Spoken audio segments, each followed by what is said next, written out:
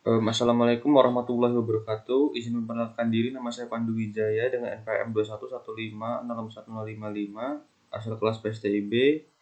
Di sini saya akan menjelaskan mengenai materi yang ada pada etika profesi. Yang pertama, apa itu etika? Etik atau etika berasal dari kata ethos atau dalam bahasa Yunani yang berarti karakter, watak, kesusilaan, atau adat. Etika akan berkaitan dengan konsep yang dimiliki oleh individu ataupun kelompok untuk menilai apakah tindakan-tindakan yang telah dikerjakan itu benar atau salah, baik atau buruk. Etika memberikan semacam standar yang mengatur bagaimana seharusnya seseorang melakukan suatu tindakan. Lalu, apa itu etika profesi? Etika profesi merupakan sebuah prinsip ini mewajibkan setiap pelaku profesinya untuk melakukan secara konsisten, memiliki moral, kejujuran dalam menjalankan pekerjaannya. Pelaku profesi harus selalu bersikap adil, mementingkan profesi dan memikirkan kepentingan masyarakat.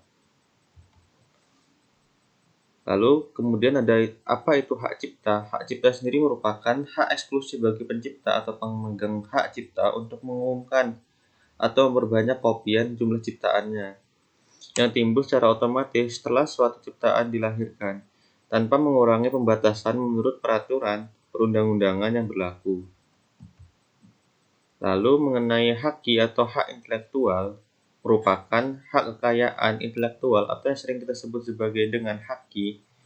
Mungkin tidak diketahui semua orang ataupun orang banyak, tetapi contoh haki atau hak kekayaan intelektual mudah untuk ditemukan dalam kehidupan sehari-hari. Contohnya antara lain adalah hak paten, hak cipta, hak merek dagang atau trademark, dan juga lainnya. Kemudian profesi di bidang teknologi informasi.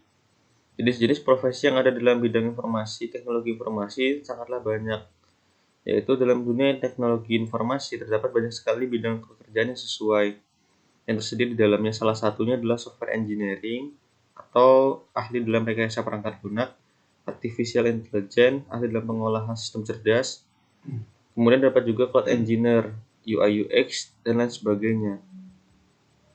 Nah, untuk mengenai apa sih kode etik itu? Kode etik merupakan sebuah pola aturan atau tata cara, tanda, pedoman etis dalam melakukan suatu kegiatan atau pekerjaan. Kode etik juga merupakan suatu pola aturan atau tata cara sebagai pedoman berperilaku. Adanya kode etik akan melindungi perbuatan yang tidak profesional. Kemudian terdapat jenis-jenis pada kode etik. Yang pertama ada confidentiality atau kerahasiaan. Confidentiality merupakan aspek yang menjamin kerahasiaan informasi. Data atau kerahasiaan ini dapat diimplementasikan dengan berbagai cara, seperti misalnya menggunakan teknologi kriptografi dengan melakukan proses enkripsi penyandian, seperti contohnya pada kripto, pada transmisi data, pengolahan data, aplikasi dan database, penyimpanan, atau dapat disebut juga sebagai storage dalam bahasa lainnya. Kemudian dapat juga availability atau ketersediaan. Availability merupakan aspek data yang menjamin bahwa tersedia ketika dibutuhkan. Jadi, pada prinsipnya, kesediaan data dan informasi menyangkut kebutuhan yang kegiatan merupakan suatu keharusan untuk menjalankan kegiatan tersebut. Jika available data atau informasi yang dibutuhkan untuk menjalankan suatu proses kegiatan tidak dapat dipenuhi, maka proses kegiatan tersebut tidak dapat terjadi atau dijalankan. Kemudian terdapat juga privasi pribadi. Pada dasarnya privasi ini sama dengan confidentiality, namun jika pada confidentiality biasanya berhubungan dengan data-data perusahaan ataupun organisasi, sedangkan privasi lebih ke arah data-data yang bersifat pribadi. Contohnya yaitu yang berhubungan dengan privasi adalah surel seorang atau surat seorang pemakai tidak boleh dibaca oleh administrator.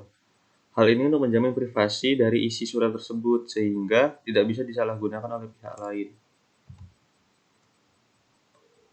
Kemudian terdapat juga term and condition atau disebut juga sebagai dalam bahasa Indonesia syarat dan ketentuan. Dalam penggunaan teknologi informasi, term and condition penggunaan teknologi informasi adalah aturan-aturan dan kondisi yang harus ditaati pada penggunaan teknologi informasi. Hal tersebut mencakup integrity, privasi, and availability dari informasi yang terdapat dan dibutuhkan di dalamnya. Kemudian terdapat beberapa jenis mengenai kode etik dalam penggunaan teknologi informasi secara umum. Antara lain adalah menggunakan fasilitas teknologi informasi untuk hal-hal yang positif dan bermanfaat. Kedua, tidak memasuki sistem informasi orang lain secara ilegal. Yang ketiga, tidak mengganggu dan atau merusak sistem informasi orang lain dengan cara apapun. Yang keempat, menggunakan alat pendukung teknologi informasi dengan bijaksana dan memanfaatkannya dengan baik dan benar. Tidak memanfaatkan teknologi informasi untuk melakukan perbuatan yang melanggar hukum atau norma-norma yang berlaku di dalam masyarakat. Yang kelima, menjunjung tinggi hak atas kekayaan intelektual atau disebut juga sebagai haki, misalnya pencantuman URL atau daftar pustaka yang menjadi sumber referensi sebuah karya tulis, baik di media cetak ataupun elektronik dan sebagainya. Sekian penjelasan dari saya mengenai materi etika profesi. Saya akhiri, wassalamualaikum warahmatullahi wabarakatuh.